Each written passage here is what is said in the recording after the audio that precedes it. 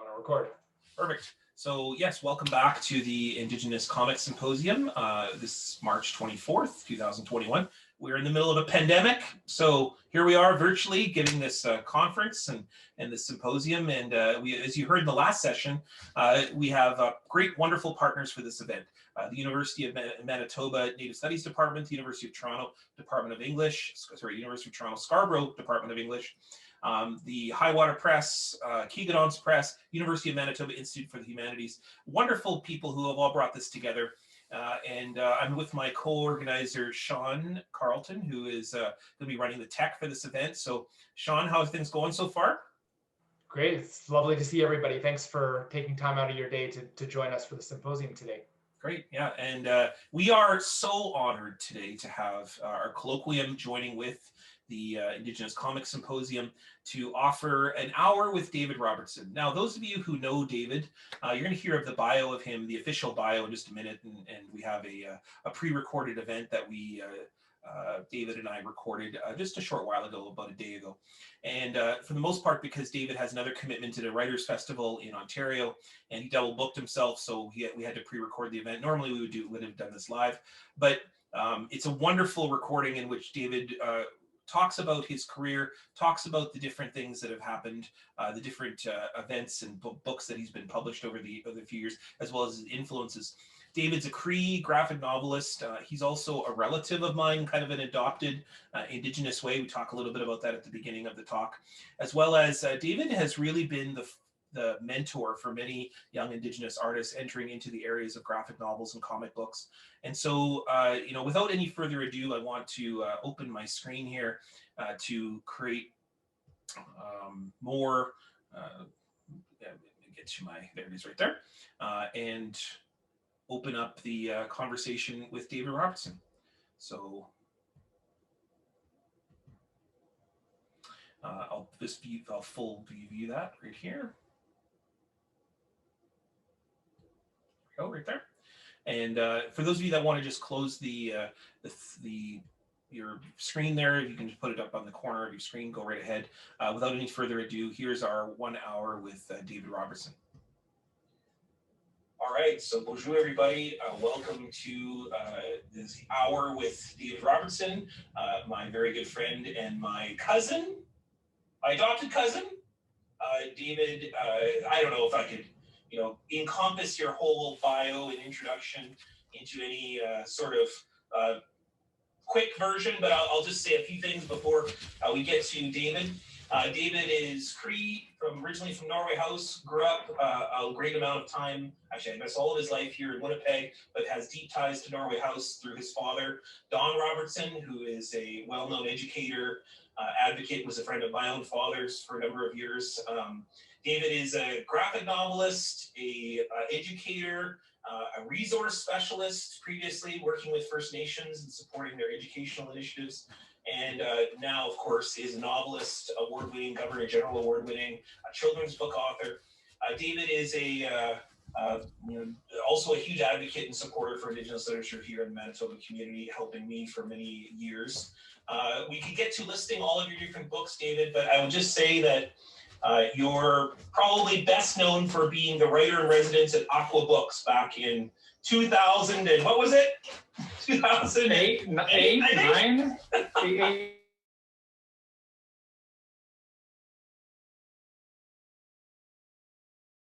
Your greatest achievement was being writer-in-residence at Aqua Books in downtown Winnipeg?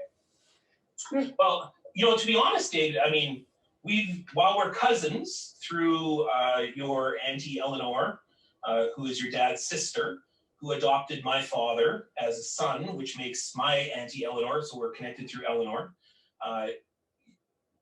While we're relatives, I didn't really know you much. You grew up in Winnipeg, you grew up in River Heights. Of course, you're Cree your whole life, of course, but you weren't involved too much in the Indigenous community, in the circles that I was running in anyways. And why don't you tell everybody a little bit about growing up in Winnipeg? And of course, I now live near where you used to go to high school at Calvin High School. Yeah, it's interesting, right? Like, I mean, my dad would say, like, I was always the same amount of Cree. It's just that, like, I had no knowledge of it when I was growing up. but it didn't make me more or less Cree. It just meant like I had no connection to it, which is, I think about that a lot. But I grew up, I grew up in like an upper middle class neighborhood in River Heights. My mom raised my brothers and I because my dad and my mom weren't together for several years when I was growing up and during my formative years. And this wasn't anywhere on the radar for me. It's not that I didn't experience the odd, discrimination, the odd racist joke, whatever it might be. Because I, as much as I could hide the fact that I was Indigenous, which I did, I still was brown. So, you can't like hide that very well, especially in the summer. I had a really good upbringing otherwise. I mean, my mom did a great job raising us. I think all of us boys grew up to be really polite gentlemen. But I guess for me as a kid, I always knew that there was something kind of missing from my life. Like I felt like something wasn't there, I suppose. It's hard to kind of like articulate it, but I just felt like I wasn't really all there for some reason. And it wasn't until my parents got back together where, I didn't even know my dad's side of the family really. Like I knew my Nana, like his mom, but like I didn't really know her. Like I didn't know anything about her. I would have never have known she was a residential school survivor.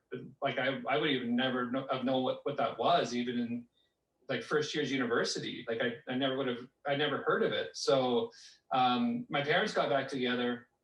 So I was like raised on like representation in like comics and in books and in movies and television. Like that was my conduit to like Indigenous identity, were all these mediums in popular culture.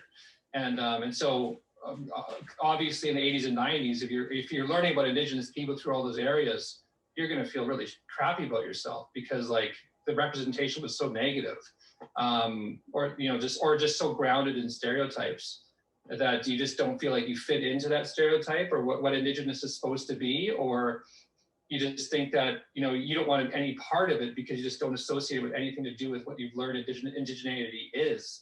And so when my parents got back together when I was in grade 9, just heading into Kelvin, and my dad moved back in with us, all of a sudden, like, the lights went on.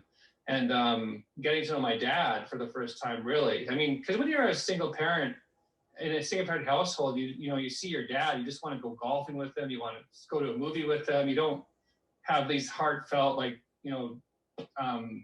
conversations about life. Like you just don't like ask him like, Dad, tell me about your life as a kid. You just don't have those deep conversations.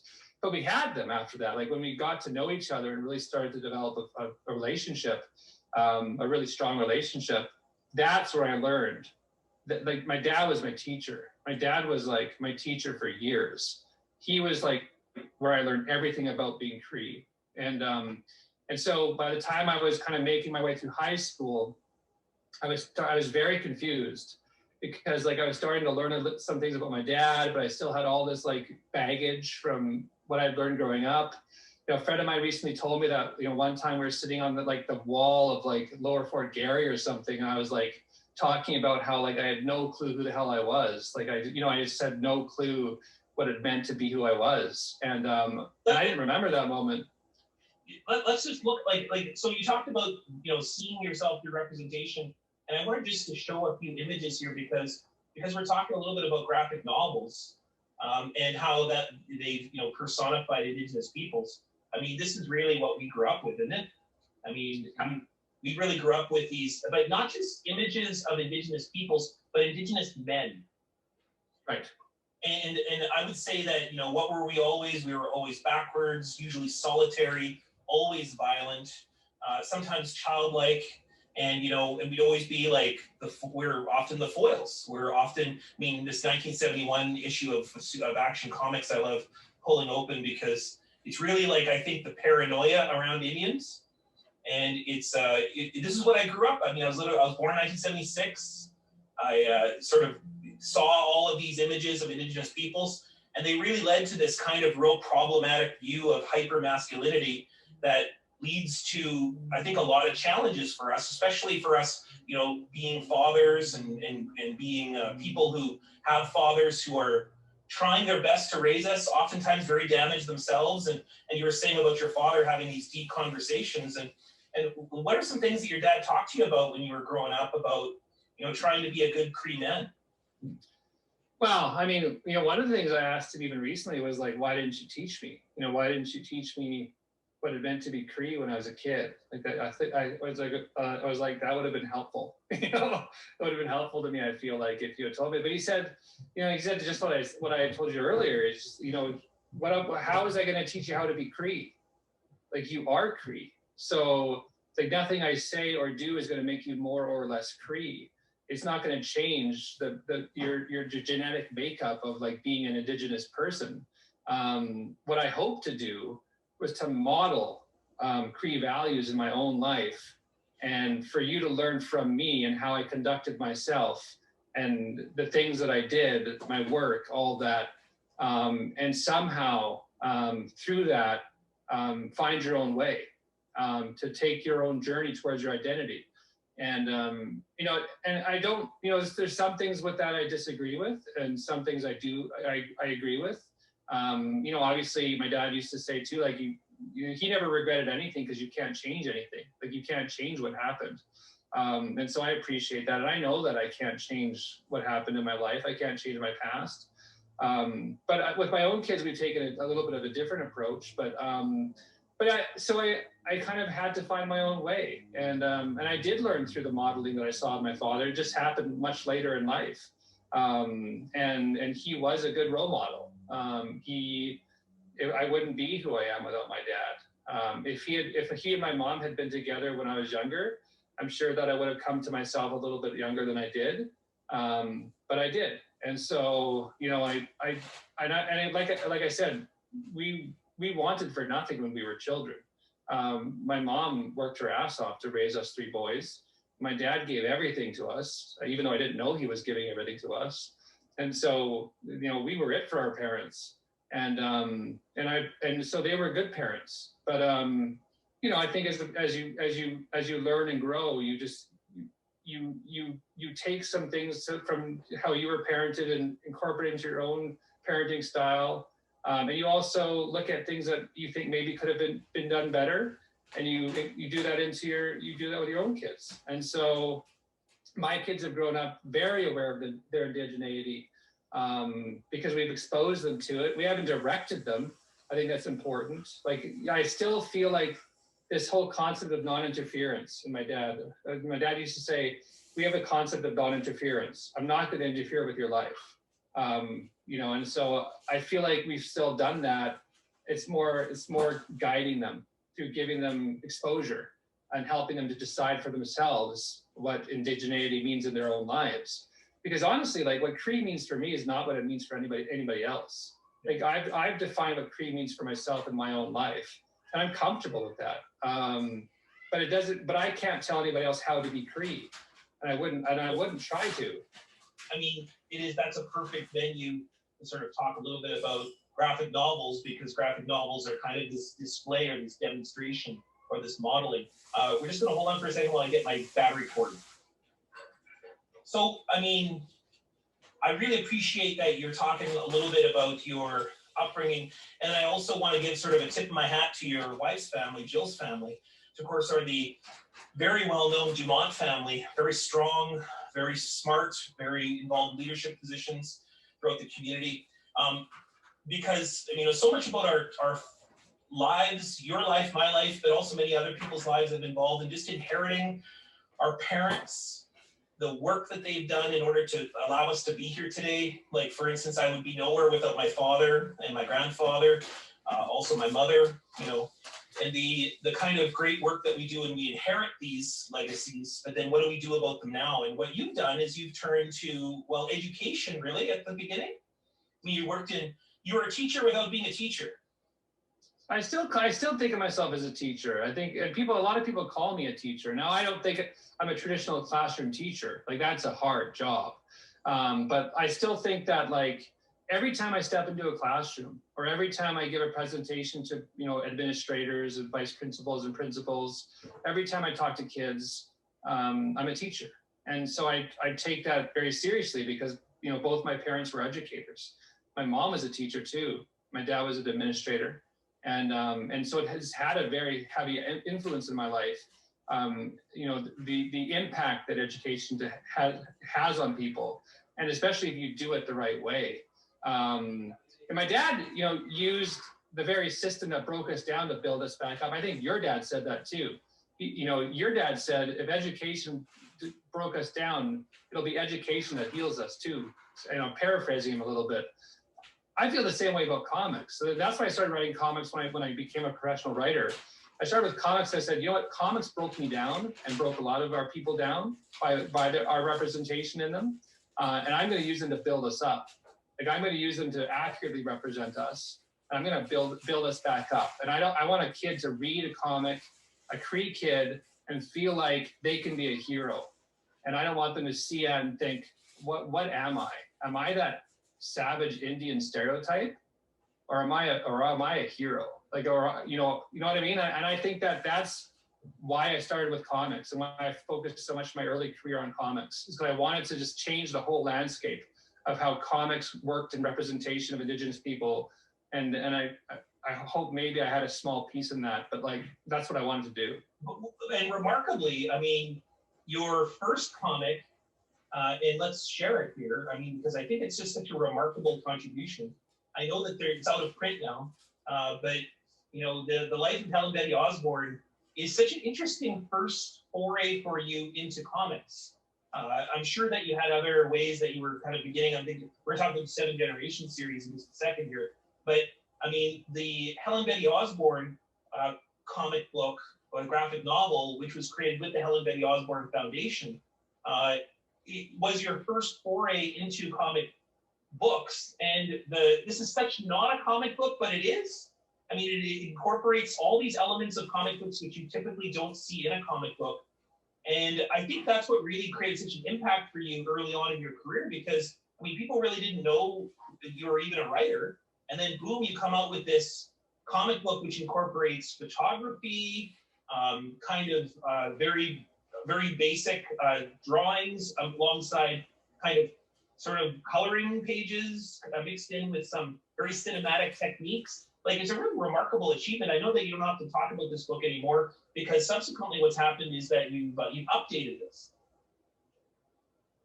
Yeah, I mean, the life of Helen Betty Osborne, it was an opportunity for me, and I was the driver behind that. Really, I had almost total creative control of that book, and I wanted to do things with that. That, first of all, I didn't know what I was doing. I guess I didn't know how to write a comic. Like, I didn't know like the industry standards of anything. I just wanted to like tell a story. I wanted to have an impact. I wanted to do stuff with the comic that hadn't been done before, that I hadn't seen before. I wanted to be eclectic. I wanted it to kind of have some sort of resonance with what I was doing with it. So in some ways, I think it was good that I didn't know what I was doing, because I was able to just I wouldn't say play, because it's a serious subject. And, I've talked about Helen Betty Osborne for, 13, 14 years now. But like, I was able to just have a blank slate and just do whatever I wanted with the story and tell it the way I wanted to tell it. And so it's something. You won't see many graphic novels like it. If you look at any comic you pick up, it's if you looked at it, it's a very it's a very powerful, but it's also a very like kind of weird, eclectic, just like kind of very unique graphic novel. When I did it again, it was kind of like taking all the things that I've now learned as a professional graphic novelist and incorporate them into trying to retell the story with 8 years of experience.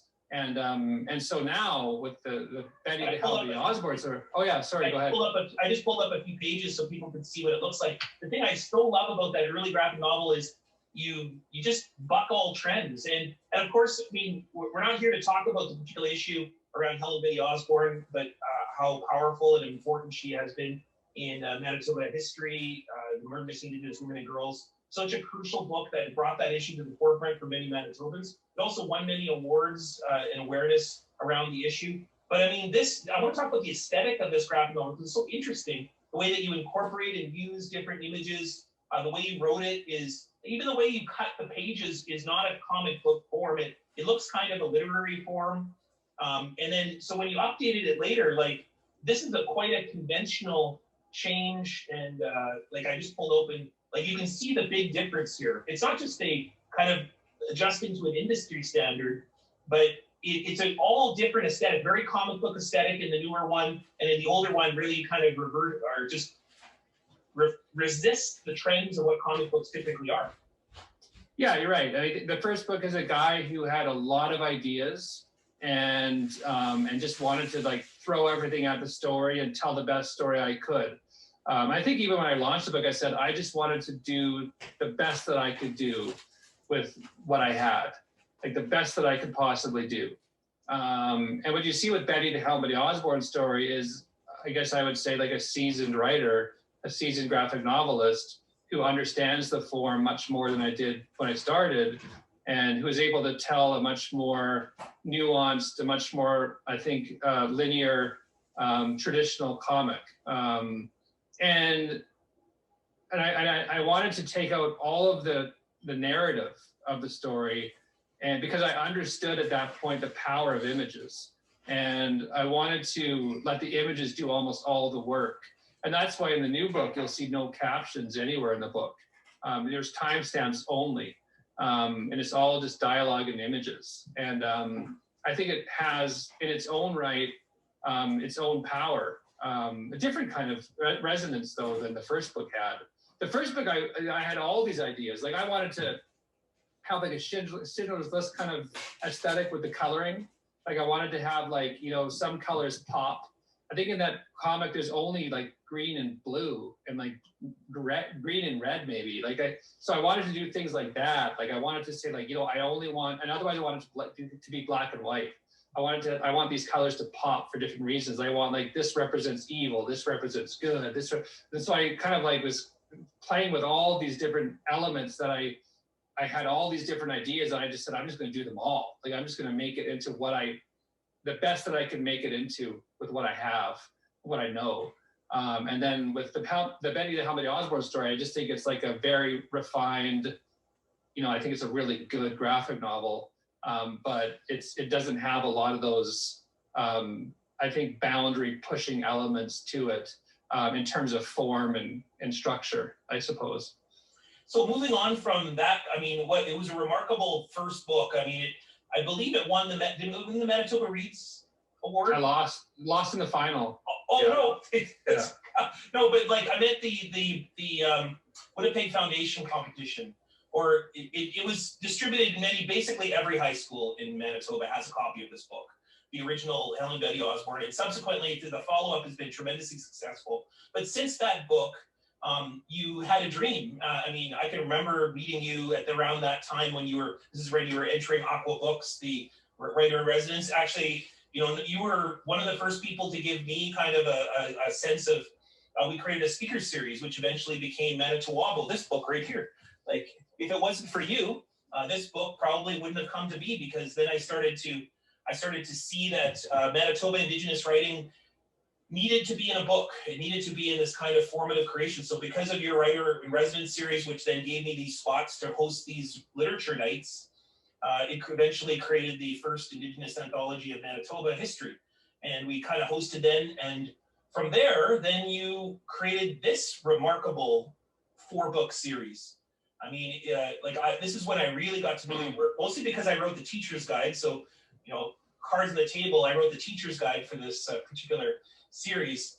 But the 7 Generation series is just a remarkable series, talking about history, talking about contemporary realities, talking about suicide, and then where suicide comes from in communities, talking a little bit about brothers, talking about young Indigenous men, talking about the history, of course, residential schools. That's what makes number 3 Ends Begins. Talking about Cree history and smallpox in number 2. Talking about Cree pre-contact history in book 1. I mean, tell us a little bit about this series. It's a pretty remarkable series. And I have a few panels I want to throw at you to ask you what's going on and where are some influences.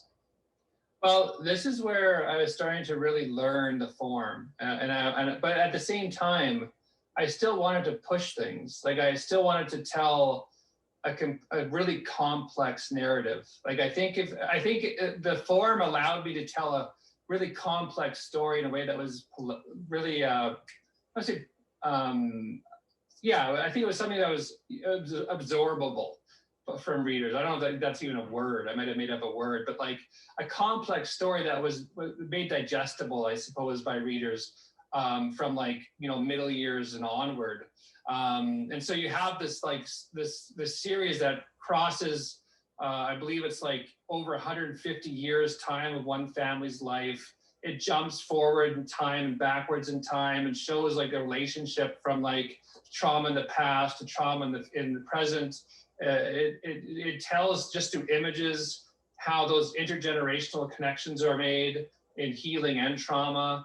It incorporates a lot of like, you know, literary elements that I was trying to play with, like juxtaposition, symbolism, foreshadowing, imagery, like all the things that I could.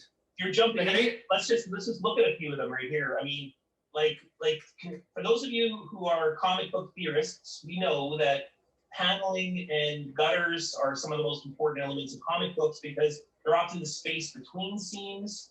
They denote time. That's usually where the reader sits. I mean, you did such interesting things with the paneling in this graphic novel and the kind of ways in which you made the birch trees the spaces that the readers sit. And so you're literally sitting in a birch tree thinking about what brings all of these juxtaposition images together. Yeah, I mean, juxtaposition is like really a comics form itself is a juxtaposition. It's a practice of juxtaposition because every image is sequenced to the next.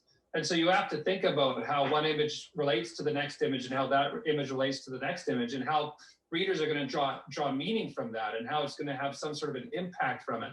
You know, this scene is a very chaotic scene in the graphic novel, and I just wanted it to be chaotic. Like I wanted it to show like the chaos in the past and the chaos in the present and how they relate to each other. But I wanted to just mess entirely with the gutters. I wanted it to be, you know, completely almost feeling unstructured.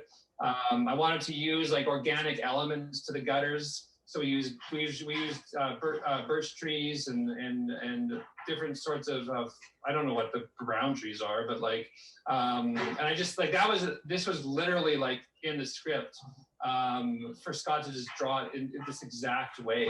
And so I used a lot of like I think I wouldn't say like I would still say boundary pushing elements. Like I would like break panels. I would do whatever I wanted with them. I would put smoke in for the gutters. I would use smoke. I would use like or sometimes tree limbs. Direct mirroring. Like that's when we're talking about direct. Oh yeah. So like either image mirroring or like structure mirroring. I think they have the same impact. So here, what you see is like not only are the panels exactly mirrored to each other, and there are facing pages, but in every single panel as well, there's the same zoom, there's the same body positioning. And so it's me saying, really like, in a very obvious way, look at these two times in history and they relate to each other. Think about how they relate to each other, right? And the very next page is this. It's the same thing. It's mirroring panel structure, body positioning, and telling the reader, these two relate to each other. Why do they relate to each other? Think about it, right? And so you can say a lot with a comic without using any words at all, just in how you structure the layout. And I love that about it. So I play a lot with form. I play a lot with gutters. I do a lot with my comics that I think a lot of graphic novels don't do. And Scott maybe has a headache sometimes trying to like keep up with, Scott Henderson, with the vision I have for the comics that I write, because I think I do a lot of neat things with it, because like what I've always seen with graphic novels is that the budget doesn't matter. It costs the same. So I can do whatever I want with a page. It costs the same amount.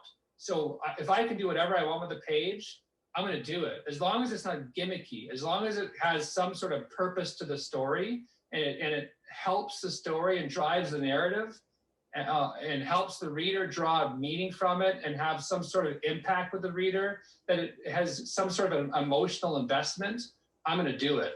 And so you see with all my comics, you'll find, like, if you really inspect my comics, you'll find that there's a lot more beneath the surface than what you read, if you want to really look at them.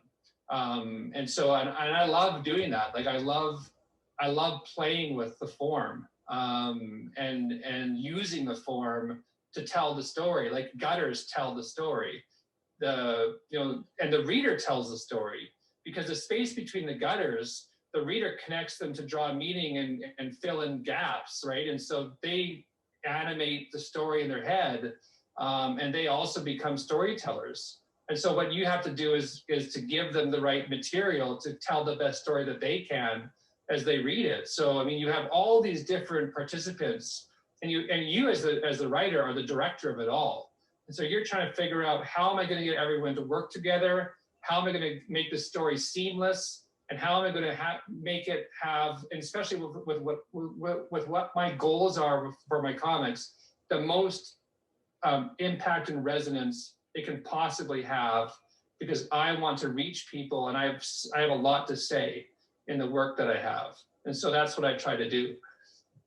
I want to show another one, because I also think that one of the things that you've done is talk about some really hard issues involving our people, and bring a lot of those hard issues. I've heard you speak so many times that I know you often say that graphic novels are one of the forms that can most appeal to our people, our younger people, but it's also the form that is most representative of our truest literatures, which is our birch bark scrolls, our tattoos, our beadwork, which are all image-based. And within Manitoba, we put in, when we started talking about what is the first Indigenous literatures of Manitoba, we're really talking about the petroforms of Manitowopi, and I mean, which are graphic novels on the earth, right? And talking about those kinds of images, but talking about our history and not, representing us as victims is really, I think, a theme of Sugar Falls, which is in many ways your story, but it's also the narrative of another survivor that you worked with. Do you want to tell us a little bit about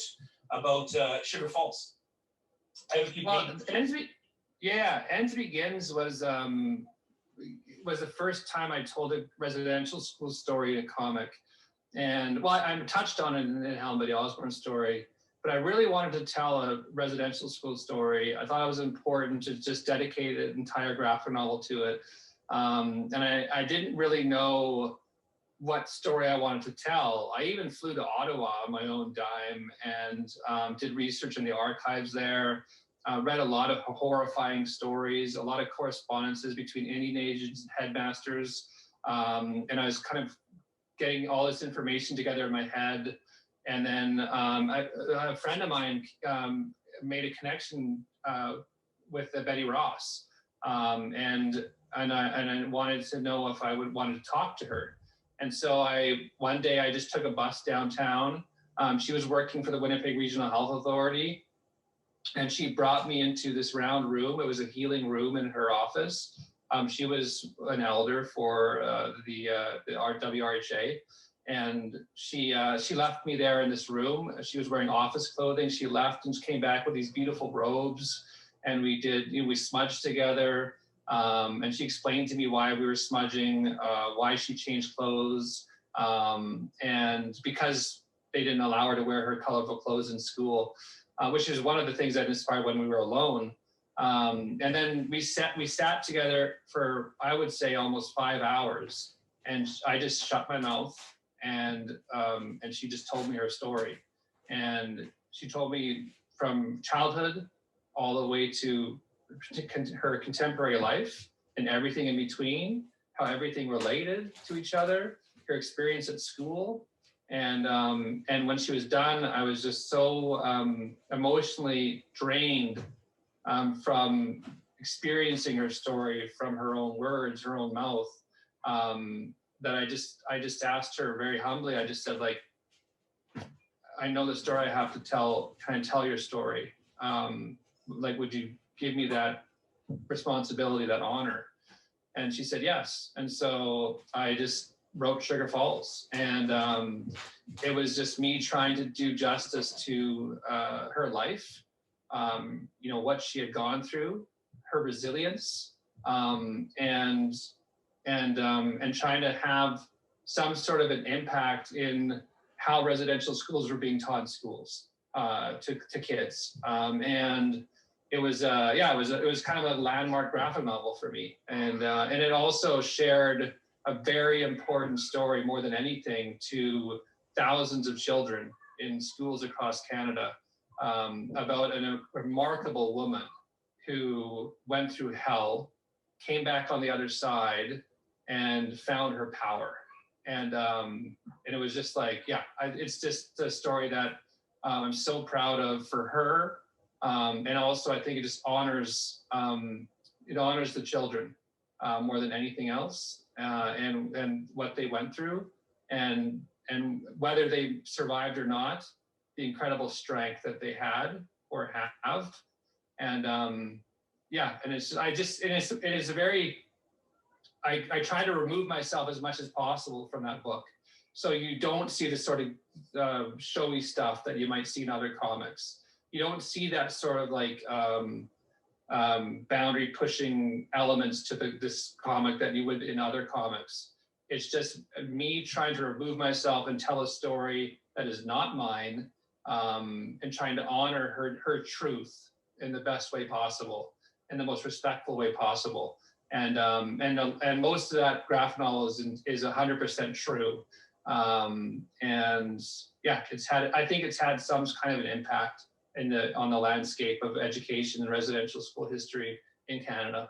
Oh, for sure. And it came out, I mean, during the TRC, it came out right around the time that the final report was coming out, and the kind of impacts that came. There was also some powerful truth in that book, because the images, that book has come under some interesting relationship with school divisions because of the scenes involving sexual abuse, which are not graphic, but they are alluded to.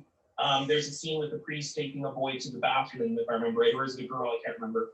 And the just the kind of scenes, and so there's been some pushback by school divisions involving that book, has there not? Well, Alberta has pushed. I have no problem telling you, Alberta has pushed back against it. Edmonton has pushed back against it. I've learned that Betty, Sugar Falls, 7 Generations, pretty much any graphic novel that I've written that deals with a difficult subject was being censored by the Alberta education, along with other literature. Like, it's not just mine. It was Richard Van Camp, it was Julian Taylor, it was, and yeah. So with Sugar Falls, with 7 Generations, it was what they had said was it was the visual inference of abuse, and the requirement of these stories for teachers to have pre and post conversations in the classroom.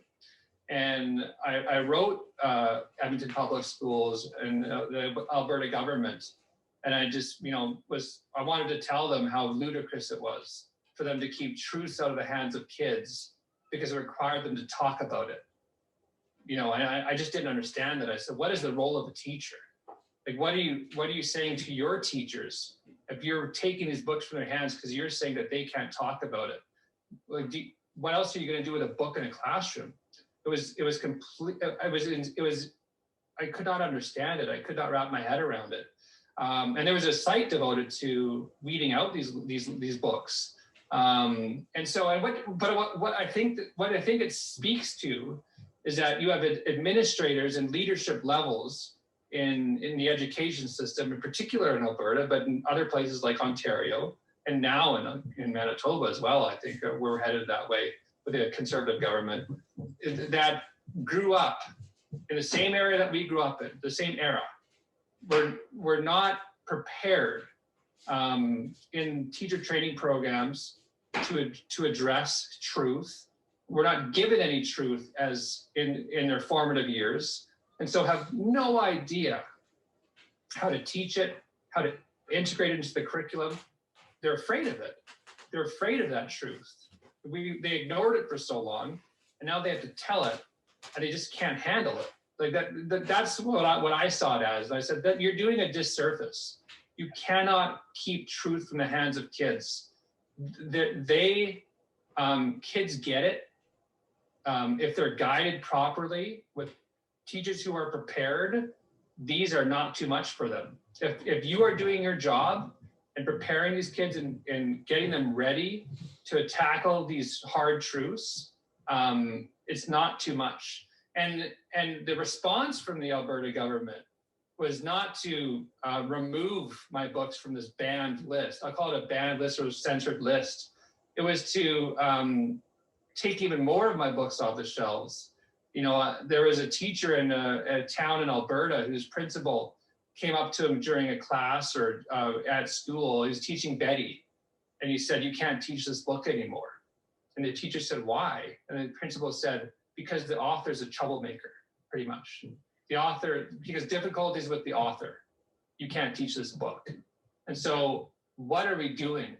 What are we doing right now? Well, I mean, there's two levels to that. One is that you're labeled immediately as a troublemaker, therefore you're you're completely painted in a black and white way, because simply you're speaking out about, and you're doing it in a civil, respectful way with a letter, and you're somehow labeled as a troublemaker. It reminds me a lot of how the Indian agents would decide who's the troublemaker because they were simply asking questions, and then boom, they'd be suddenly sent to the city, status taken away. That reminds me a lot of that. But it also reminds me how revolutionary comic books are, because if you look back in the history of comic books, Wonder Woman was this just revolutionary comic book created to talk about women's rights and to talk about the role of women in society, that women didn't have to be these passive, sexualized subjects. But, you know, even the way Wonder Woman has been co-opted over the years and turned into this objectified being, but the original Wonder Woman was supposed to be this kind of empowerment, but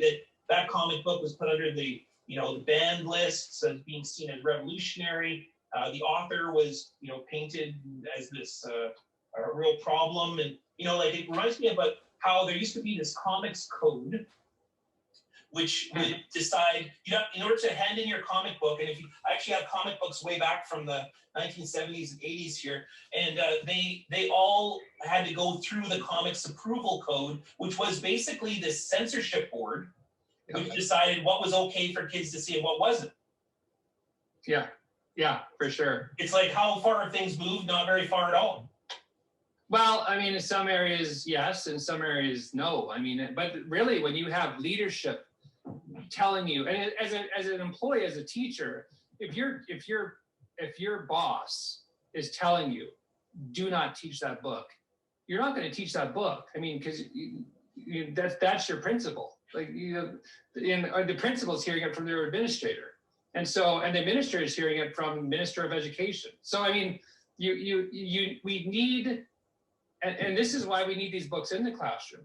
This is why we need to give kids access to these truths, because those are the kids that at some point down the road are going to be in leadership positions, and we need to prepare them. We need to prepare them to make better decisions and be better leaders than we have today. And comics are going to play a huge role in that. Comics have immense power in how they represent truth and how they engage readers and how they resonate and how they help readers retain really important information in the stories that they have to tell. I like poetry, I like novels, but the thing about graphic novels is they can almost create revolution because of the images that they show in collaboration with text that puts such an emphasis on the reader of participation that you're operating on so many different senses. It's like this active educational experience that you don't realize is so powerful. And I wanted to show one other series that you've worked very hard on, And I know I basically didn't see you for 2 years because you were so busy working on this series.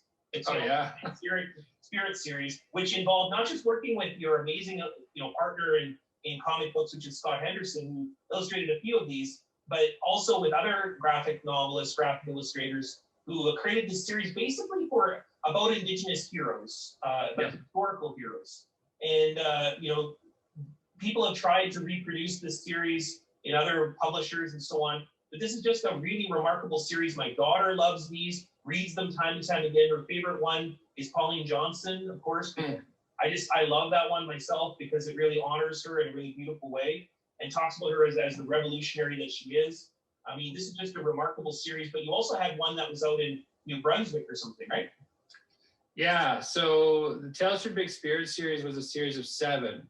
And what I've tried to do over the last few years is, I've dealt a lot in trauma, and I think it's taken a toll on me personally as well. Like, I think it's impossible for it not to. The stories that I've read and the stories that I've heard and the stories that I've told. And at some point, I looked at it and I thought, we need stories of resilience too. We need positive stories too. We need to talk about our heroes.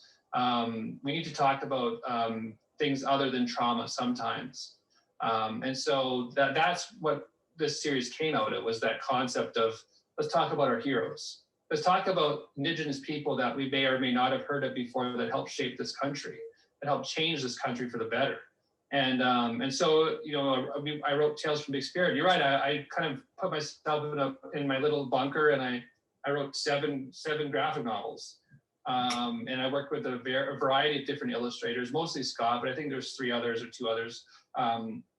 And it had such an impact that in Newfoundland, Labrador, the government wanted me to do an entire series just for them. And so I worked with Portage and Main Press, Highwater Press, and we did, I think, 5 graphic novels specific to Newfoundland, Labrador, and Indigenous people in that area to tell their stories. So, it was enriching for me too, because keep in mind, like, oftentimes when I write these, I'm learning myself. And so I have to do all the research to learn about these stories and then write them. And so I got to learn about incredible people like, John Shiwak and Mary Webb. And I mean, like, incredible people, Indigenous people that did amazing things. Like, here's John Shiwak, who lived on the trap line as a kid, who was born in a place called Rigolet, Newfoundland, Labrador, in that area, and ended up sacrificing his life for this country. Like, he died in the Battle of Cambrai, and leading the charge across a bridge, and was ambushed by German soldiers, put his life on the line and died for this country. And it brings up a whole other area of discussion of Indigenous soldiers, in Canadian military history, and Tommy Prince is one of them too, where you are some of the most effective soldiers in Canadian military history, and then you come home and are shit on by the government. Sorry, pardon my language. I don't know what. Oh, we're all adults here. Okay, but you're treated like a second-class citizen. Like, in the case of Francis Pega-Magabo, you aren't even given horses. Like, the government doesn't even think you can take care of horses when you are given command of the lives of men on the battlefield. I mean, it's a completely other discussion, but books like that opens up that discussion. And that's the thing too with comics, is that often comics, like a 30, 40 page comic, it brushes the surface of history, right? But it lays a foundation that people can build on. And I think that reading a comic book like John Shiwak, reading a comic book like Tommy Prince, the Scout, it encourages you to learn more. Like, if you look at what he did on the battlefield, what he did in the war, what he did afterwards, how he was treated, how he was still a hero. He saved a man from drowning at the Alexander Docks. He didn't have to. He risked his life to save a man's life. He's always a hero. He was always a hero. And then why was he treated the way he was by the Canadian government? Why wasn't he afforded the same benefits as a white soldier who came home and did far less than him, right? Like, he's not only one of the most decorated Indigenous soldiers in history, He's one of the most decorated soldiers in history, period. Okay, and then why do we treat our Indigenous people that way?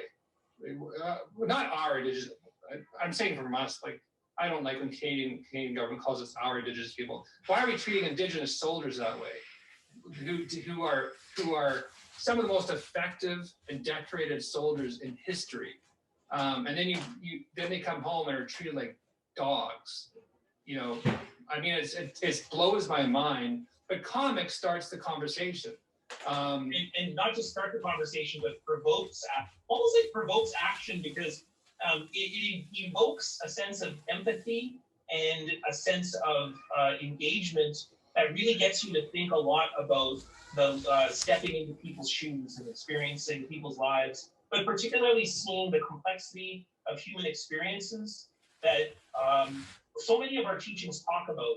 You know, people, when we're in the lodge, for example, we're often talking about all this different contradictions in life. That's in so many ways in which ceremony operates as this conciliatory act of trying to understand, how do we deal with technology like the internet and English and Christianity at the same time, these traditional ways that we've always done, the bear songs, and how do we figure out ways that they relate? And that's really what our ceremonies are all about, is just trying to figure out this, how do we live in a world that's continually moving and changing? It doesn't matter if that's 1,000 years ago or 1,000 years in the future. I mean, it's the struggle is still the same to continue your pre-Anishinaabe Indigenous existence. And that's what you're trying to do and represent in the comic books. In our last few minutes here, I want to just segue into what your recent work is, which is, I think, probably the culmination, all these different educational elements, all the innovative graphic novel stuff, you have history, but then now really talking about superheroes. And the latest stuff that you've done, which is such a long process. Like every single time I saw you, you're sort of showing me that there was a TV series and there wasn't a TV series, and then there was this graphic novel series and it became a novel, and then there's this whole thing around the Reckoner. And we only have a few minutes left, but if you just encompass the Reckoner into just what is it, and what is it that people could look for when they go out and they pick up a copy of either the novel that's sort of the prequel, or the graphic novel, which is telling the story, or the forthcoming other things that you've got going on. Can you tell a little bit about the Reckoner?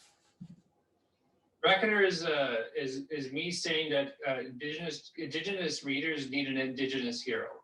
They need an Indigenous hero who is fully realized, who has agency, who is not stereotypical in any way, who has powers, who struggles, who overcomes those struggles, and saves a community, and eventually saves a city, saves a country, because of his development into a superhero.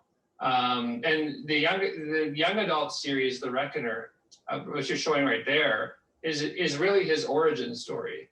And I was very influenced by M. Night Shyamalan and Unbreakable. Unbreakable is an origin story. It's like the first chapter in a story. He always envisioned it that way. And so is this. This trilogy is the first chapter and it's an origin story for Cole Harper. And the graphic novel is his realization into being a full-fledged superhero. And it's grounded in reality. A lot of the things that they go through in this book, is things that kids go through today. Cole Harper deals with post-traumatic stress disorder, depression, and anxiety. He goes to therapy. He takes medication, and through that all, he has to learn how to overcome these things to save people, to bring down an entire evil organization, which heroes do, and is joined by some very powerful allies who are, in their own right, marginalized people.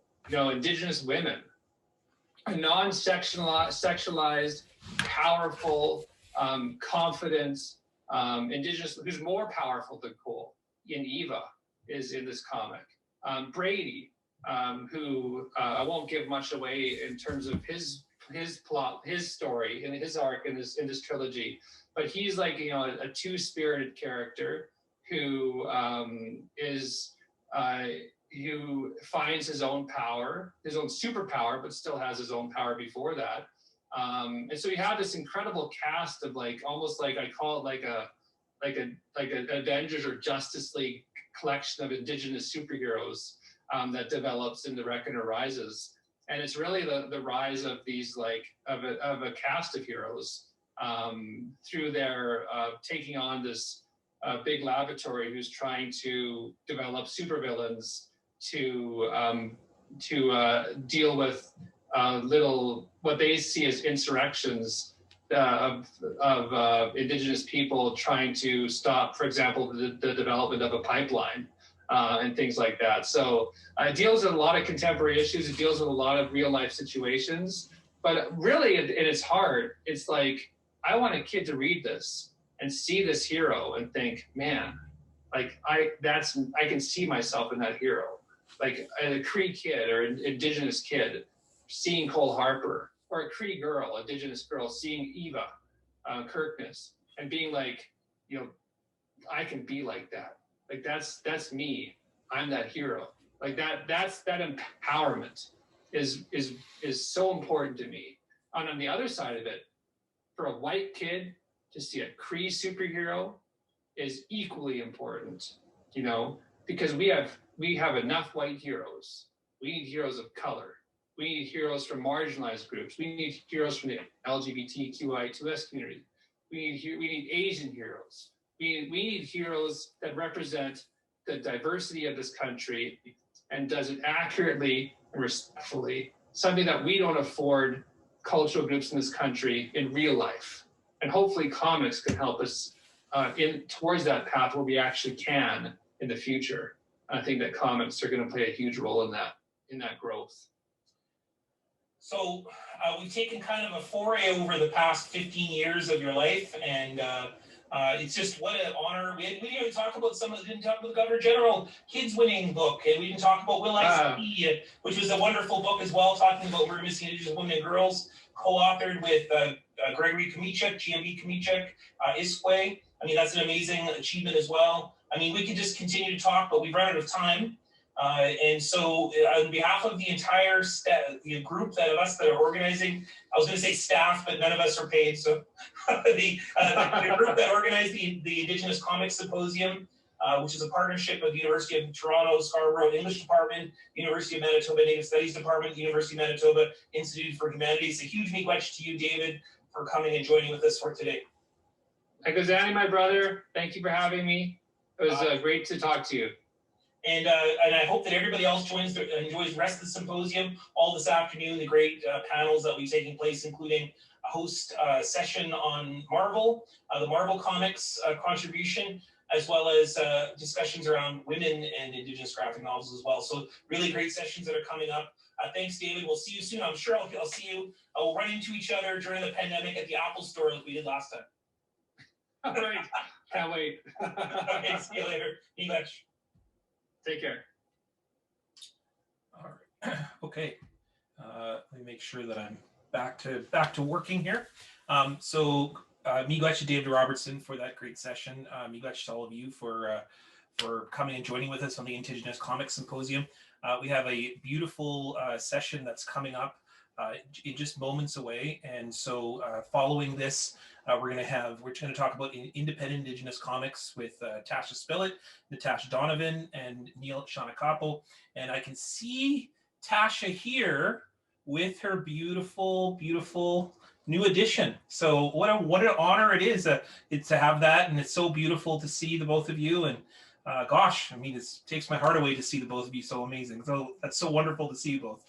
A huge miigwech and thank you for joining with us. We're going to take a slight break, about 10 minutes. And so I'm not sure if we're going to be able to, maybe we'll just leave people in the room if that's okay, Sean. I'm going to stop the recording now.